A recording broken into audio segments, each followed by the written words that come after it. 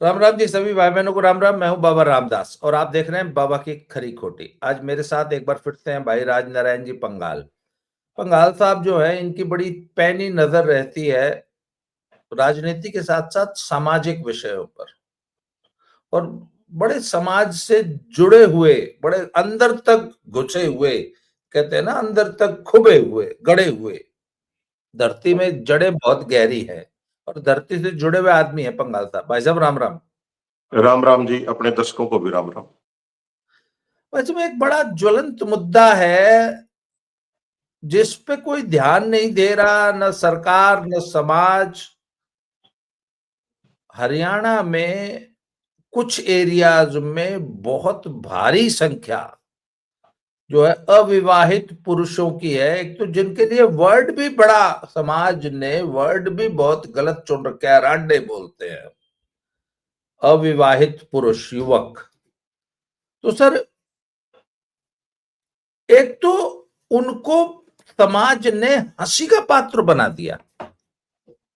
एक तो समाज ने, समाज की वर्जनाओं ने, समाज के सिस्टम ने उनकी ये दुर्गति कर दी और ऊपर से उनको हंसी का और पात्र बना दिया। वो आज समाज के लिए एंटरटेनमेंट और जो भी शोषण आप सोच सकते हैं वो उनका गांव में हो रहा है। मैं इससे 2-3 वीडियो में कर चुका। एक भाई वीरेंद्र दुहन जी हैं हिसार के, वो मेरे चैनल पे आए। वो खुद भी अविवाहित हैं और जो अविवाहित युवकों की जो एक उन्होंने एक यूनियन बना रखी है उसके वो प्रवक्ता भी हैं। उनके साथ में 3 वीडियोस कर चुका हूं, भाई देव लोहान जी के साथ। तो मेरी शुरू से इच्छा थी कि मैं इस विषय पे आपसे बात करूं। पहले बताइए, क्या मतलब ये समस्या कितनी भयावह है, कारण क्या है? क्या सिर्फ जो रेशो है, मेल फीमेल रेशो, सिर्फ वही दोषी है या कुछ और भी कारण है? जी भाई साहब, सबसे पहले तो आपको मैं धन्यवाद करना चाहूंगा और आपके उन सभी चर्चाओं को मैंने ध्यान से सुना है।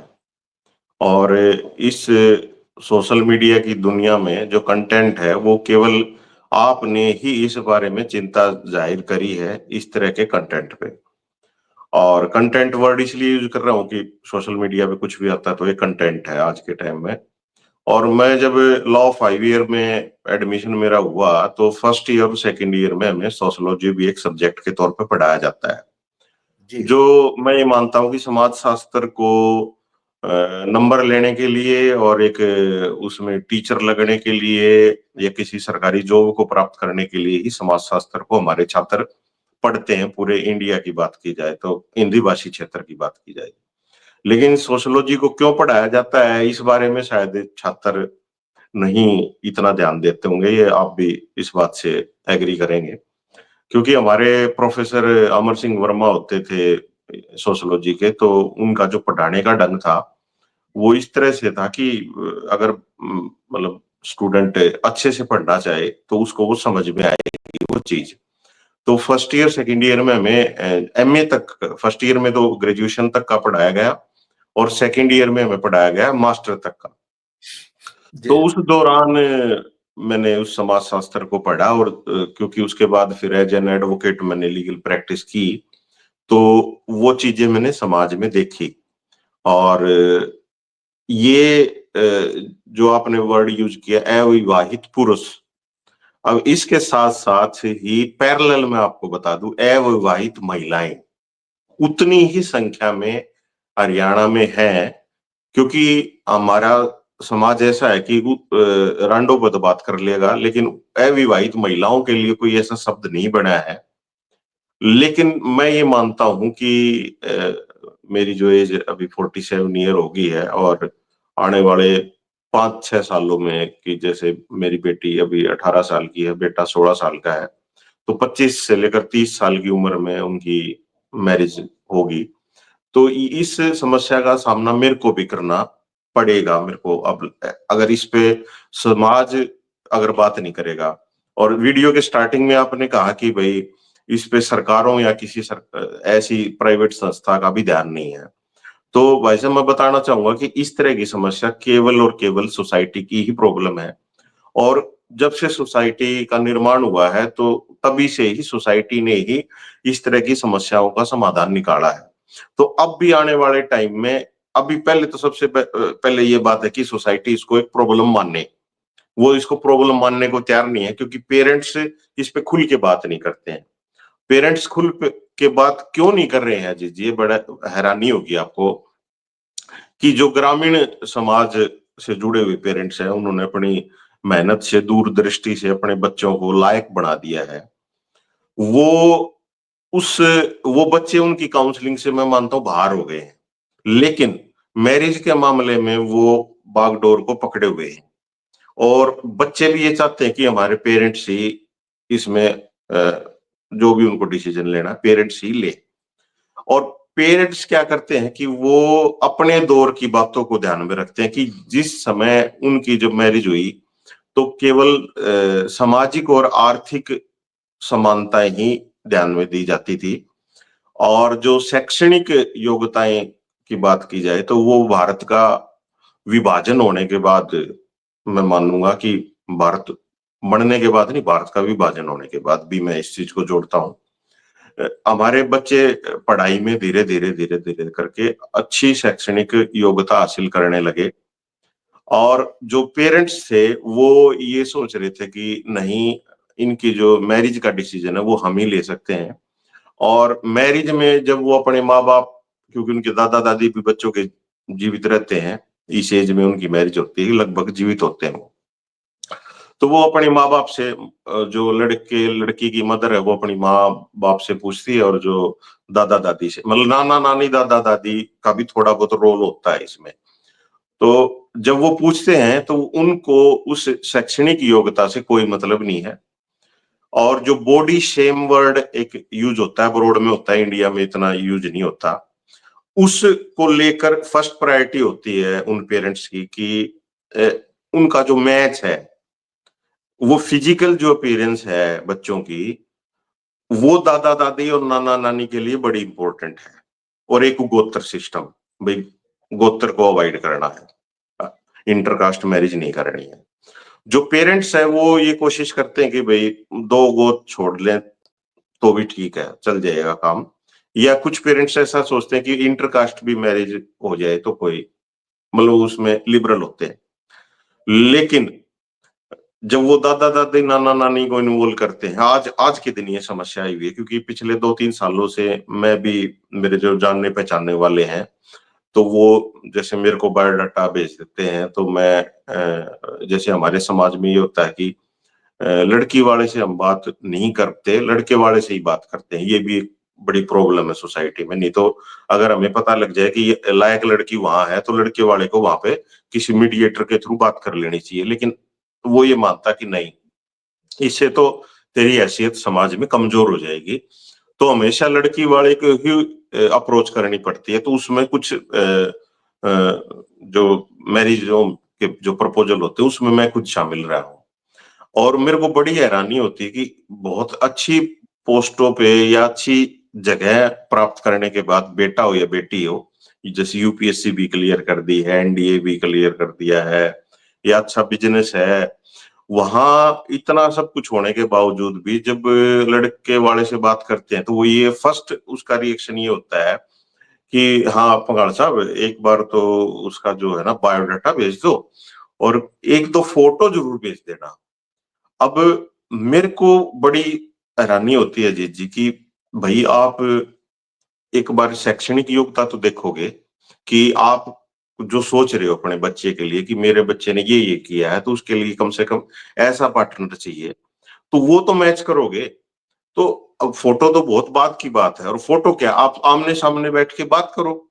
उसके बच्चों को बात ही नहीं करने देना चाह रहे पेरेंट्स, अभी जो प्रॉब्लम आई हुई है। और एक 30 साल का बच्चा, उसमें मुश्किल से वो 10 साल तक अपने माँ बाप के साथ रहता है, और 2 दशक तक वो एजुकेशन और सर्विस के चक्कर में घर से बाहर ही रहता है। लेकिन आने वाले 4 दशक तक वो अपने लाइफ पार्टनर के साथ जीवन बिताएगा, और वो 4 दशक उसका जीवन सुखी से रहे, इस बारे में पेरेंट्स बिल्कुल भी नहीं सोच रहे हैं। वो सोच रहे हैं उनके जो 10-20 साल बचे हैं उसमें उस पार्टनर का क्या हमारी तरफ रहेगा, हमारे को कैसी वो देखभाल करेगा। हालांकि वो मतलब पॉसिबल नहीं है, लेकिन फिर भी वो सोचते हैं कि हमें कितनी टेक हमारी केयर होगी। और जो 40 साल बच्चे बिताएंगे उनकी ना तो आपस में बात करने दे रहा है और ना उनकी कंपैटिबिलिटी पे बात करना। और क्योंकि इसके बारे में कोई किताब भी नहीं है, और सोसाइटी में जो पहले बड़े बूढ़े बात करते थे वो बातें अब बड़े बूढ़ों की बातों को दरकिनार किया। जी जी जी जी। और जो आज का युवा है, जो पढ़ा लिखा है, मॉडर्न है, नई सोच का युवा है, वो अपने दादा और नाना नानी दादी की बात पे या पेरेंट्स की बात पे लड़की से बात भी नहीं करे, ये बात कुछ हजम नहीं हो रही सर। नहीं, मैं तो कुछ इन्वॉल्व हूं ना, बहुत अच्छा सारे जी। ऐसे केसेज में इन्वॉल्व हूं जो बहुत अच्छे, जिन्होंने नाम कमाया है अपनी शैक्षणिक योग्यता पे और जिनके अभी रिश्ते नहीं हुए हैं। तो वो अपने पेरेंट्स को रिगार्ड देने के लिए कि पेरेंट्स कहीं ये ना सोचे कि भाई ये पढ़ लिख के यार अच्छी नौकरी लग गया, तो ये हमारी इस मामले में मान नहीं रहा है। और इस चर्चा के बाद मैं ये मानता हूँ अजीत जी कि बहुत सारी हमारी बेटियां और बेटे, आपने जो नंबर दे रखा है इस पे संपर्क करेंगे। नहीं करेंगे तो मैं उनको सजेस्ट करूंगा कि वो उनकी पहचान को ना उजागर करते हुए आपको हम्म। उनके साथ इंटरव्यू करना चाहिए। और वो आपको इन बातों को बताएंगे कि उनकी अननोन लिखा जाए, जैसे नीचे आपका बाबा रामदास है, मेरा राजनारायण पघाड़ है, ऐसे यहाँ पे अननोन लिख के और उनके फोटो को हाइड करके वो बात हमारे साथ शेयर कर सकते हैं। और इस तरह की पहल हुई ही नहीं है। और जी जो जो भी वीडियो इस वीडियो को देखेगा तो आपके पास जरूर संपर्क करेगा। और ऐसे कुछ बच्चों के फिलहाल 2-3 साल के जो एक्सपीरियंस है वो चर्चा के माध्यम से मैं ये मानता हूं कि इस सोसाइटी को एक आईना दिखा सकते हैं। अब जरूरत है उन बच्चों को आपस में बात करने दे। पेरेंट्स की जो है कि नहीं भाई हम इंटरकास्ट नहीं मैरिज करेंगे, ठीक है, वो उनकी कुछ होगी उसके लिए, वो इस बात पे उनको कुछ एक्सपीरियंस ऐसा रहा होगा। अभी पिछले दिनों आपने देखा होगा जीत जी की भारतीय क्रिकेट टीम के जो सदस्य रहे हैं जींद से, ये जोगिंदर चहल, उनका अभी नेपाल की लड़की से उन्होंने लव मैरिज की थी तो अभी डाइवोर्स हुआ है।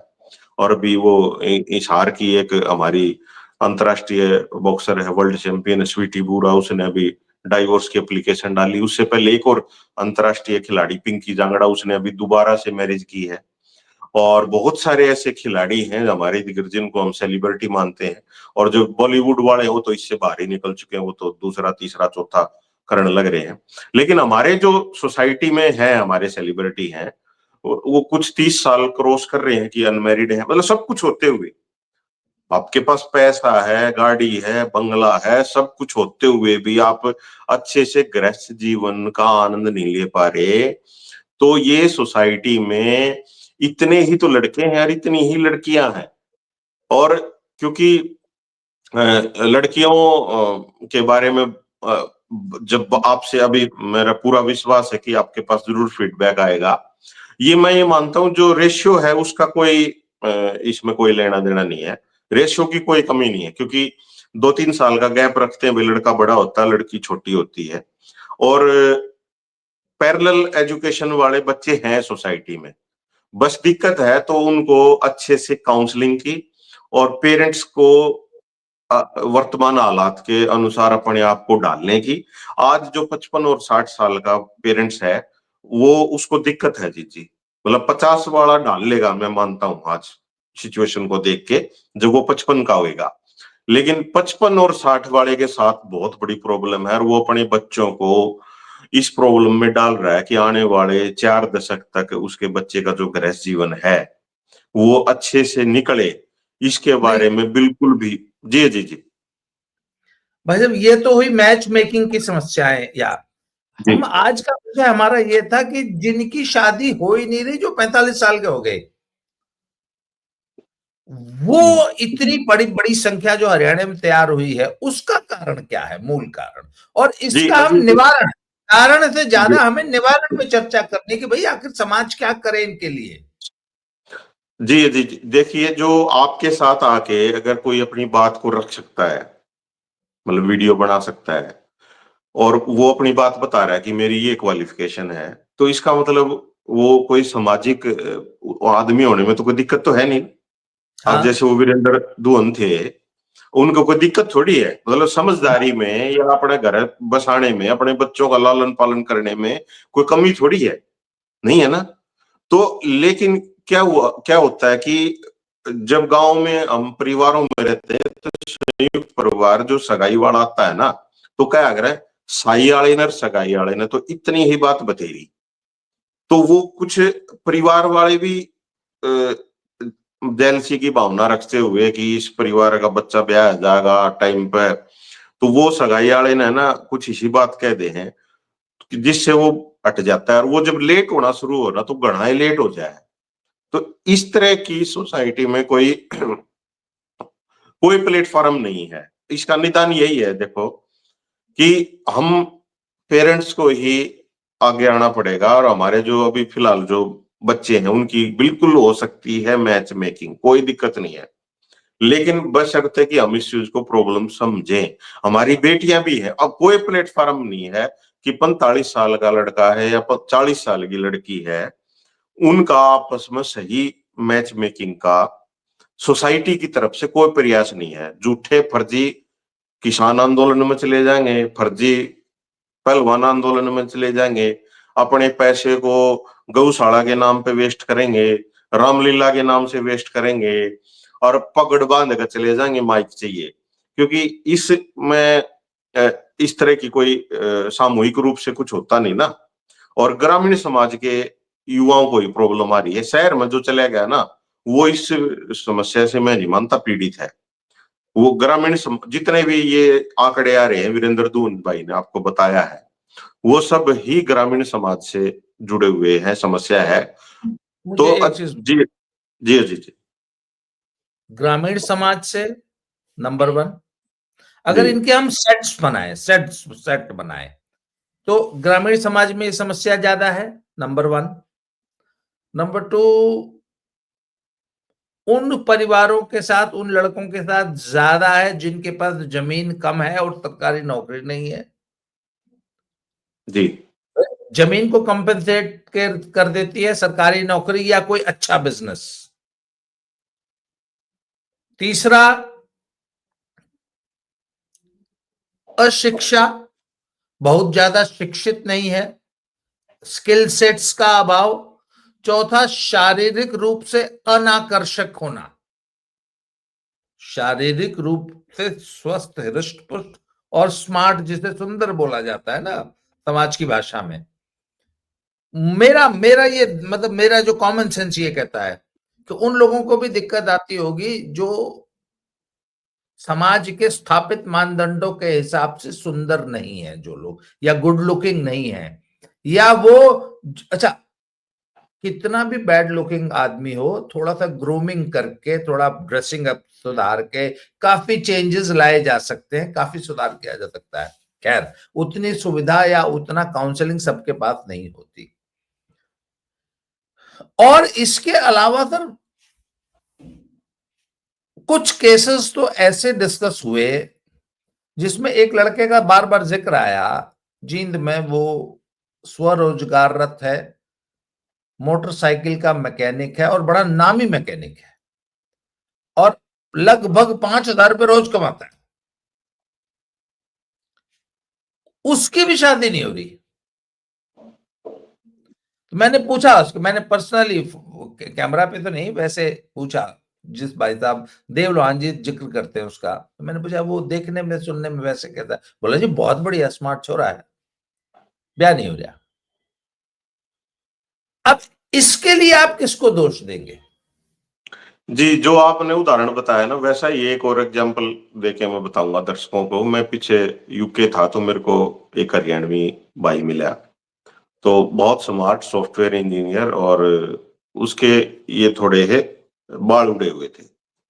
तो इंडिया में वो जब भी आता तो बुला लेते थे घर वाले, तो उन्होंने बोला जी लगभग 50 के करीब लड़की वाले मने सिर्फ बाड़ा की वजह से नाटके थे, और बाकी मैं नौकरी बढ़िया करूं, बढ़िया काम करूं। और मैं जब जॉब के लिए अब्रोड किसी कंट्री में गया तो वहां पे कोई ब्रिटिश लड़की जॉब कर रही थी, तो उसने मेरे 1-2 साल उसने मेरे काम को देखा, और वो भी अनमैरिड थी, तो उसको लाइफ पार्टनर चाहिए था, तो उसने मेरे काम को 1-2 साल मेरी नेचर को देखा, काम तो क्या नेचर को देखा कि ये कैसा उठने बैठने में, ऑफिस में इसका कैसा बिहेव है। तो उस लड़की ने खुद उससे आके कहा कि भाई क्या मैं आप मेरे लाइफ पार्टनर बनोगे?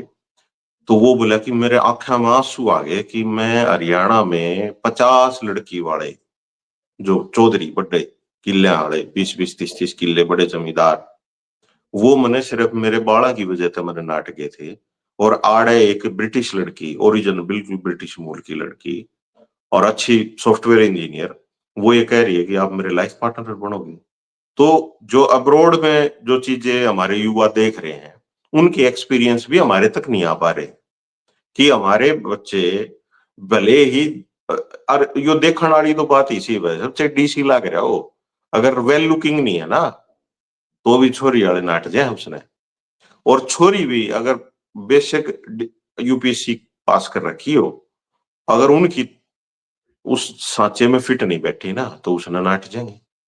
तो ये बॉडी शेमिंग जो वर्ड यूज कर रहा हूं कि ये हमारे ही देश में और प्रदेश में कि अच्छा किले होने चाहिए। हमारा जी। देश तो जी गोरी चमड़ी, गोरी चमड़ी हम्म। और तीखे नैन नक्श से हम्म। इस कदर ऑब्सेस्ड है कि वो उनके लिए जीवन में जो लाइफ पार्टनर में जो सबसे पहला गुण, सबसे महत्वपूर्ण, वो है गोरी चमड़ी और तीखे नैनक्स और सामाजिक मानदंडों के हिसाब से खूबसूरत होना। चलिए ठीक है। जीरो फिगर, बिल्कुल हाँ फिगर भी जीरो। हाँ। अब एक मुझे एक चीज और बताइए, मेरी कई समझदार लोगों से बात हुई, मेरी एक इस पंजाबी यूनिवर्सिटी के एक रिटायर्ड प्रोफेसर हैं, डीन रिटायर हुए थे, उनकी उम्र है लगभग 80-82 साल। उनसे मेरी इस विषय पे ऑफ द रिकॉर्ड, उन्होंने कैमरा पे आने से मना कर दिया, चर्चा हुई। वो उन्होंने कहा जी देखिए ये कोई नई समस्या नहीं है, ये हमारे जमाने में भी 1930 40 50 60 70 में भी ये समस्याएं थी। उन्होंने कुछ एरियाज का जिक्र किया जहां तो कहते अगर 5 भाई होते तो एक की बड़ी मुश्किल से शादी होती थी। कुछ एरियाज ने जानबूझ के एक परंपरा बनाई थी कि 5 भाइयों की एक ही पत्नी आएगी, बहुपति प्रथा, वो भी पश्चिमी उत्तर प्रदेश में, उत्तराखंड में, हिमाचल में और बहुत सारे जनजातीय इलाकों में, और यहां तक कि पश्चिमी उत्तर प्रदेश तो हरियाणा का ही एक एक्सटेंशन है ना। हरियाणा में जी। के भी कुछ एरियाज में, पंजाब के कुछ एरियाज में कहते ये बहुत कॉमन था। तो अच्छा, कहते पुराने जमाने में उन्होंने मुझे बताया कि अगर 5 भाइयों में से किसी एक की भी शादी हो जाती थी तो वो पांचों की भाइयों की एक ही पत्नी, एक अंडरस्टूड एक व्यवस्था थी समाज में, और जिसको कि समाज में मान्यता प्राप्त थी। कई समाज तो जानबूझ के करते थे कि भाई बंटवारा ना हो, जमीनों का बंटवारा ना हो, इसलिए एक ही पत्नी रहेगी, पांचों भाई होगी। पश्चिमी उत्तर प्रदेश में तो हाल तक, आज से सिर्फ 15 साल पहले तक ये बहुत ज्यादा पॉपुलर प्रथा रही है। मुझे अच्छी तरह याद है, मैंने इंडिया टुडे में एक लेख पढ़ा था, उस पर बकायदा इंडिया टुडे ने विशेष अंक छापा था कि बागपत, शामली, मुजफ्फरनगर और इत्यादि ये इस एरिया में के एसएसपीज ने अपने एसएचओज को स्पेशल इंस्ट्रक्शन दी थी कि अपने इलाके में पड़ने वाले, उसके अंदर रेवेन्यू पटवारियों को और कानूनगों की ड्यूटी लगाई गई थी कि अपने इलाके में पड़ने वाले उन तमाम लोगों की सूची बनाओ जो ये अविवाहित या 5 भाइयों में से किसी एक की शादी होती, वो वाला सिस्टम जो बहुपति प्रथा, और बहुत सारे केसेस में उनको मारा जा रहा था जमीन के लिए। तो उन्होंने, एसएसपी साहब ने बाकायदा इंस्ट्रक्शन दी थी कि अगर तुम्हारे इलाके में एक भी ऐसे व्यक्ति, ऐसे बुजुर्ग की हत्या होगी तो दूसरी नौकरी ढूंढ लेना। मैं बहुत सख्त सर, शासन की तरफ से ये इनिशिएटिव था कि इस एरिया में ये बहुत समस्या, और बहुत सारे केसेस में पुराने बुजुर्ग सिर्फ इसलिए मार दिए गए क्योंकि वो अपनी जमीन अपने हिस्से में लेना चाहते थे। तो उनके ही भतीजों ने, जो कि सो कॉल्ड उनके बेटे ही थे, क्योंकि अगर 5 भाइयों की एक पत्नी है तो किसका बेटा है वो। और वो कहते हैं बड़ी वेल डिफाइंड सिस्टम था कि एक का जो जूता अगर कमरे के बाहर वो जूता उतार के जाते थे तो वो जूता वहां पड़ा है, इसका मतलब एक भाई उस पत्नी के साथ है। सर, उस जमाने में ये अविवाहित रह जाने की जो कुरी, मतलब जो सामाजिक समस्या थी, ये ढक जाती थी, या इसके भयावह परिणाम नहीं आते थे, जो कि बाद में आए। पर आज की जो है, मैंने कई लोगों से पूछा, मैंने कहा भाई अगर मान लो एक आधे 2 भाइयों का ब्याह ना हो तो एक आधी और भाभी हो। बोला ना ना, इब का तो, इब तो कोई घर में दिख तो जा, उसने तो जो जिसका ब्याह नहीं होता वो तो इनके लिए मुफ्त का पाड़ी हो जाए, उसको तो घर के नौकर की तरह ट्रीट करते हैं। उसमें एक समस्या आपने और वो भी मेरी वीडियो में सुनी होगी कि कई केसेस में तो भाभीियों ने जानबूझकर षड्यंत्र करके अपने भाई, अपने देवरों को फंसा के उनका ब्याह नहीं होने दिया, सिर्फ इस चक्कर में कि इनकी संपत्ति। तो ये बहुपति प्रथा जो पुराने जमाने में इस समस्या को बहुत हद तक हल कर देती थी, वो इधर पिछले 15-20 सालों से एकदम खत्म हो गई। तो इसीलिए यह समस्या ज्यादा विकराल रूप धारण कर रही है, आपको ऐसा लगता है? बिल्कुल, देखिए एकल फैमिली हो गए, अब सब अपना-अपना जीवन जीना चाहते हैं और टॉलरेंस नहीं रही है बिल्कुल। वो चाहते हैं कि अपने बच्चे और अपना हस्बैंड बस, उसमें माँ-बाप के साथ भी नहीं रहना चाहते, भाई-बहन तो बहुत दूर की बात है। और इसलिए अब वो सोच देते, भगवान भरोसे छोड़ देते हैं उसको, भई इसकी समस्या यही सुलझे। पहले तो क्या होता था कि पूरे परिवार का, रिश्तेदारी का प्रेशर होता था। अब 2 ढाल की रिश्तेदारी हरियाणा में मूल रूप से एक खंडवे वाली और एक घाघरे वाली। खंडवे वाली मतलब हस्बैंड जो पुरुष है उसकी तरफ से, और एक घाघरे वाली जो महिला की तरफ से। अब वो दोनों की तरफ से इस तरह पे ध्यान दिया जाता था और प्रेशराइज करके भी मैरिज वैरिज कर दी जाती थी और चल जाता था काम। भाई कोई बात तो नहीं, थोड़ा बहुत बोला है, काम चला देगा। अब तो वो चीज नहीं रही। अब तो एक तो शिक्षा में घुस गए हैं, सब बच्चों को एजुकेशन कंपलसरी होगी। दूसरा कि एजुकेशन वाला चाहेगा कि भाई तेरे जैसे, मतलब तेरे से ज्यादा पढ़ा लिखा हो या तेरे जितना ही हो, कम वाले के साथ उसकी कंपेटिबिलिटी नहीं बात बनेगी। तो और वो कुछ क्या होता है कि सर्विस लग गए, बाहर चले गए, अब महिलाएं बाहर नहीं जा पाती, अच्छी पढ़ लिख के भी वो बाहर वाली जॉब नहीं कर सकती, क्योंकि हमारा वर्क प्लेस जो कल्चर है वो अभी इतना महिलाओं के लिए है नहीं। जो प्राइवेट कंपनियों में भी जो महिलाएं नौकरी करती हैं उनके लिए भी वैसे ही उनको अच्छी नजर से नहीं देखा जाता, भले ही वो अच्छा खासा पैसा कमा रही। तो अभी हम उसी फेज में है कि जो एक ट्रांसफॉर्मेशन होने लग रहा है, और मेंटली हम प्रिपेयर नहीं उसके लिए कि बच्चों को ही आपस में हम बात करने दें। और बच्चे भी इस तरह के नहीं, उनमें इतनी स्किल नहीं है कि वो खुल के जाके किसी लड़की से बात कर पाए, क्योंकि लड़की वाले की तरफ से फिर उलाण आड़ का भी खतरा रहा, मतलब ये तारा छोरा हमारी छोरी तक ऊपर बात करा था। अगर वर्क कोई दोनों नौकरी करने लग रहे हैं तो उनके बीच में भी ग्रामीण समाज अलाउ नहीं करता है कि वो आपस में बात करे और फिर घर बता दे कि नू छोरी देख लो, छोरा देख लो। तो ये मैं तो मानता हूँ कि हमारे जो पेरेंट्स हैं, जो हमारी पीढ़ी, आपकी पीढ़ी के और मेरी पीढ़ी के पेरेंट्स हैं, आगे ना हो। मतलब अब जो उसको देखते हुए अभी की जो प्रॉब्लम को समझ के कि हाँ ये प्रॉब्लम है, और इसका तो मेरे को अजीत जी कैसे होगा, मतलब समाधान होगा। ये जो मान लो 45 का जो रहा है और 45 का लड़का है या 45 की लड़की है, तो उसमें तो मैं ये मानता हूँ कि वो दोनों का ही अगर जो पता लगे कि भाई हाँ भाई ये संख्या है टोटली, या सरकार की तरफ से या किसी सोसाइटी की तरफ से, संस्था की तरफ से आए कि भाई ये हमारे बच्चे हैं और इनका आपस में मैच हो सकता है, तो तब तो इसका कुछ समाधान है, और नहीं तो मेरे को नहीं लगता। जी जी जी। ये तो आज आज के जमाने में जहां की social media groups, WhatsApp groups, ऐसे एप्स बन गए हैं, ऐसे टूल्स हैं, ऐसे अब तो ऐसे ऐसे सर्विसेज हैं, ऐसे पहले हिंदुस्तान में जब सबसे पहले शादी.com और जीवन साथी जैसी एप्स आए, उसके बाद अब तो डाइवोर्सीज के लिए अलग ग्रुप्स हैं,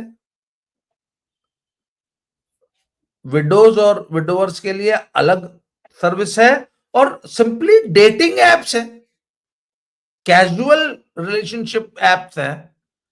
तो सर एक बात बताइए ना, आप कह रहे हैं कि जितने अविवाहित पुरुष हैं लगभग उतनी ही अविवाहित महिलाएं हैं। अच्छा, अविवाहित पुरुष में ज्यादातर मजबूरन अविवाहित हैं, उनका वो तो दिलो जान से चाहते हैं कि हो जाए, यहां तक कि आपको तो पता है खरीद तक के लाई जाती हैं पत्नियां, पैसे देने को तैयार है। मुझे लगता है कि महिलाओं में ऐसा नहीं होगा, महिलाओं में 90% ऐसी होंगी जो अपनी बाई चॉइस जो है वो अविवाहित हैं। ऐसी बात नहीं है, उनको अगर वो चाहे तो उनके रिश्ते आज भी आ जाएंगे। भाई जिस समाज में इतने, भाई मान लीजिए कोई 45 साल की अविवाहित लड़की है या डिवोर्सी है या विडो है, और जिस समाज में इतने, मैंने सुना है कि बड़े अच्छे लड़के भी अविवाहित रह जाते हैं, तो सर रिश्तों की तो कमी नहीं होनी चाहिए। क्या किसी प्रयास में कमी है, या कोई ऐसा सोशल ग्रुप या कोई ऐसा इनिशिएटिव चाहिए? इस चुनाव में सर एक एमएलए साहब थे, कोई पता नहीं मुझे, आप बता सकते हैं, उन्होंने कहा था कि मैं अविवाहित पुरुषों की शादियां कराने के लिए प्रयास करूंगा। अब उन्होंने लाइटली कहा, क्या कहा, उस पर क्यों, आखिर सर इस समस्या को इतने हल्के में क्यों लिया जा रहा है? क्योंकि ये मानते हैं कि हमारी प्रॉब्लम नहीं है, ये दूसरे की प्रॉब्लम है, सोसाइटी की प्रॉब्लम नहीं है। अब उनको ये नहीं पता कि सोसाइटी, किसी घर में, पड़ोसी के घर में कोई प्रॉब्लम है तो वो आपके भी आओगी, उसका असर आपके भी आएगा। तो वो इतनी व्यापक सोच सर मेरी सोसाइटी बात, के। हाँ, जी अगर आज मेरे 6 किले आते हैं, भगवान से की दया से मेरे 2-3 छोरे हो गए, फिर हम भी तो आ जाएंगे 1-1.5-2 किले के ब्रैकेट में। जी क्यों? सरकारी नौकरी तो मोदी जी ने वैसे ही खत्म कर दी, सरकारी नौकरी नाम की तो चीजें नहीं रहेगी। किले वो एक आज नहीं अगली जनरेशन में खत्म हो जाएंगे, जी एक्वायर हो अदिति, मैं जाएंगे। तो, जी मैं ये मानता हूं कि इस धरती पर आना, इंसान के रूप में आना बहुत बड़ी बात है। आप मतलब भगवान का आशीर्वाद है कि आप एक इंसान के रूप में आए हो, और एक दूसरे, जब आप खुद की इज्जत करोगे तभी आप दूसरे इंसान की इज्जत करोगे। तो इतनी टॉलरेंस हमारे सोसाइटी में, हमारे बच्चों में होनी चाहिए कि अगर इसमें कुछ छोटे मोटे इसके नेचर में कुछ चेंज लेना है तो मैं ले आ सकता हूं, या मैं ले आ सकती हूँ। मतलब लड़की को भी कॉन्फिडेंस होना चाहिए, लड़के को भी होना चाहिए कि हम, भगवान ने हमें बना दिया है। जी जी जी जी। हर जैसे जीवन साथी ऐप है या शादी.com ऐप है या जो भी है, इस टाइप के जो भी ऐप्स है, मैं ज्यादा नहीं, मैं 2 ही नाम जानता हूं। क्या हरियाणा के या जिस एरिया में भी ये अविवाहित पुरुषों या महिलाओं की समस्या है, उनके लिए कोई ऐप डेवलप करने की जरूरत है? या कम से कम सबसे पहले इसकी समस्या पे बातचीत करके लोगों को प्रेरित किया जाए, कोई तो सामने आएगा। सर आज तो इतने बड़े बड़े इनोवेशन हो रहे हैं, इतने बड़े बड़े, और जबकि ये संख्या अगर लाखों में पहुंच चुकी है,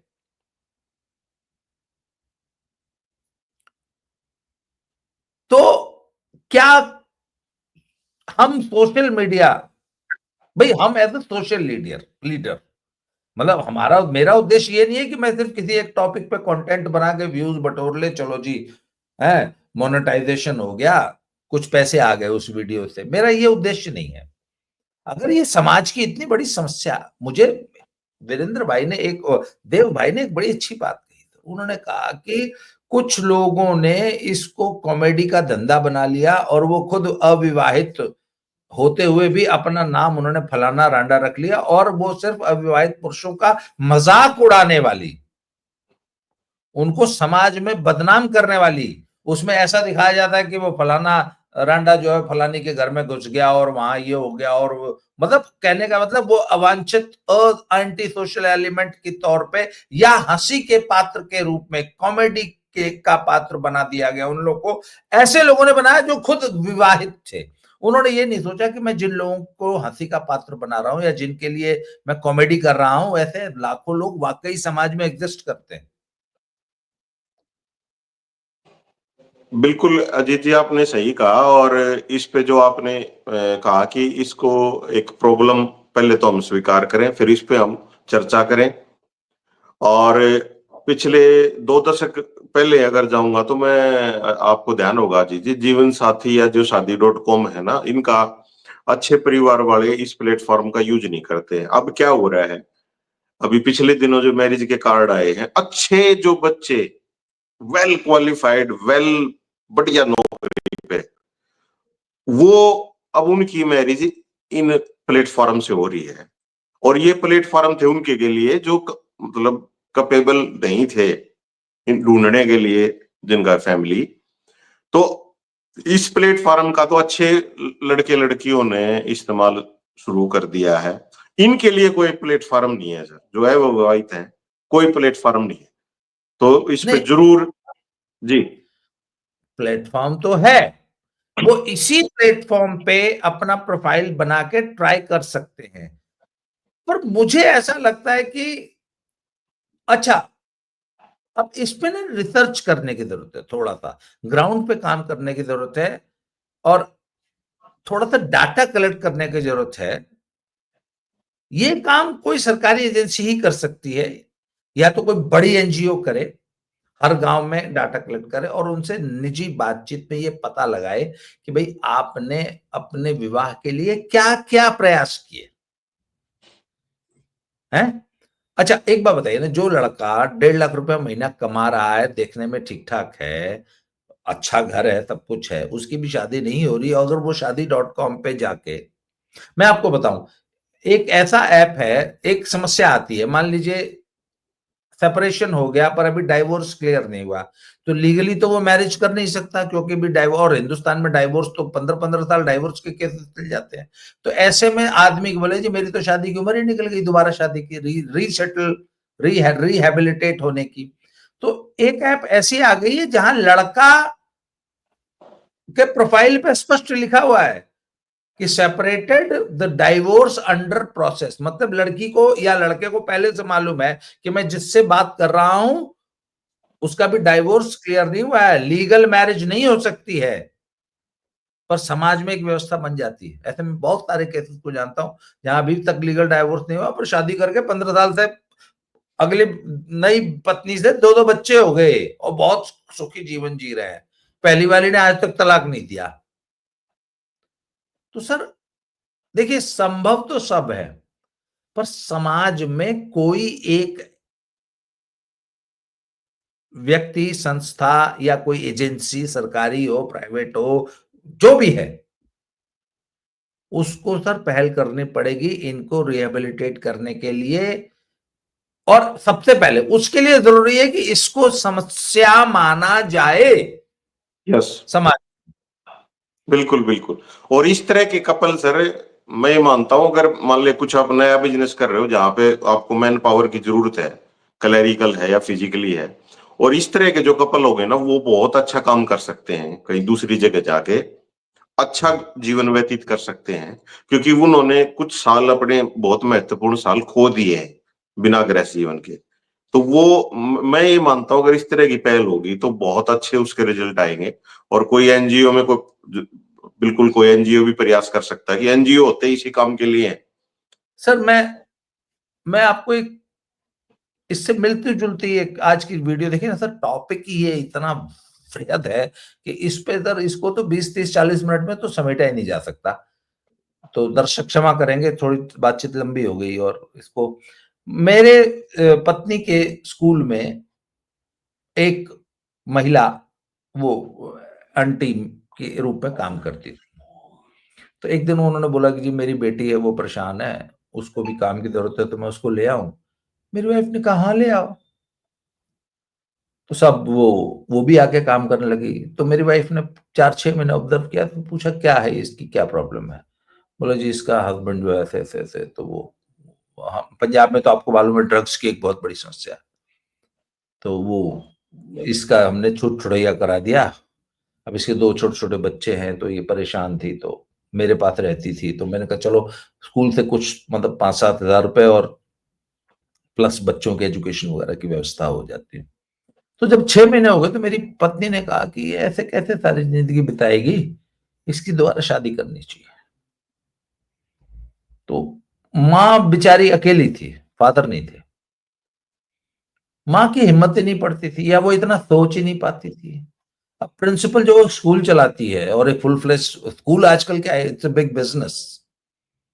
पहले तो प्रिंसिपल सिर्फ एकेडमिक्स देखता था, अब तो प्रिंसिपल को एकेडमिक्स के अलावा 127 विभाग देखने होते हैं। खैर उन्होंने कहा था एक नया विभाग ले लिया उन्होंने।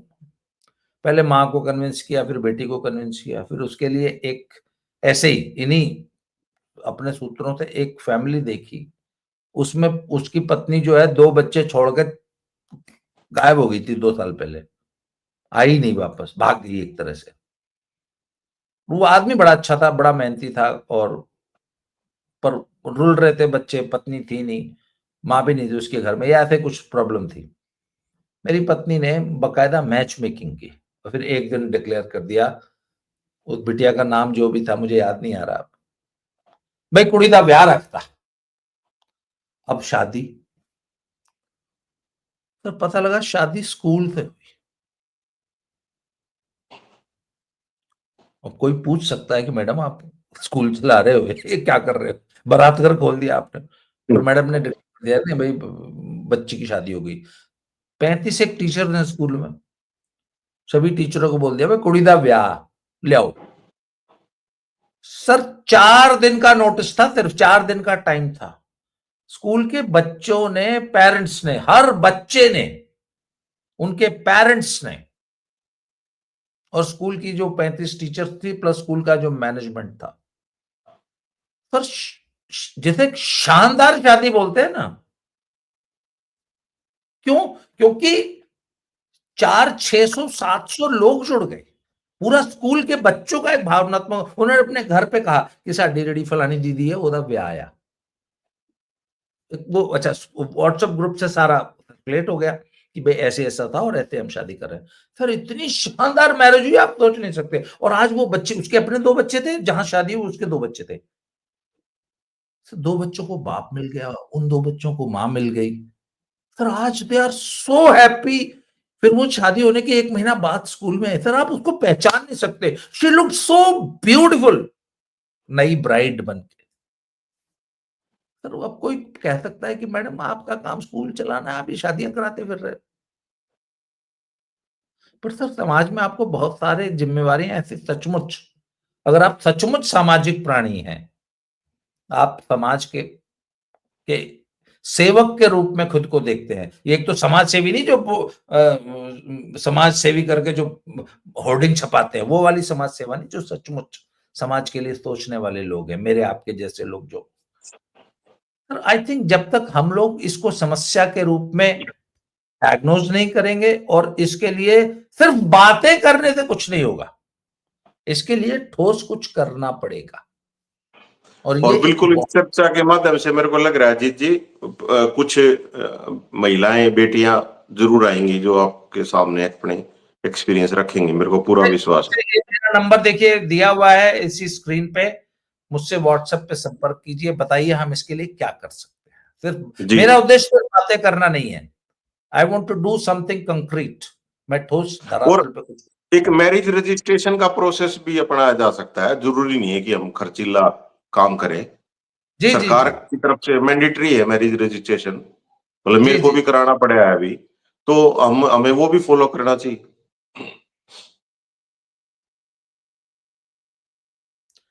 तो राजनारायण जी आपने समय दिया सर, बड़ा गंभीर विषय है, इस पे लगातार चर्चा करनी पड़ेगी। आज की बिल्कुल चर्चा को यहीं समाप्त करते हैं, पर इसको हम जारी रखेंगे जी जी। क्योंकि ये इतना बृहद विषय है ये, एक चर्चा से समाप्त होने वाला नहीं है, इस पे लगातार बात होनी चाहिए और इसके समाधान निकालने के लिए प्रयास करना चाहिए। सर आपने समय दिया, बहुत बहुत धन्यवाद सर, दोबारा मिलते हैं। जी, थैंक यू। जय श्री राम।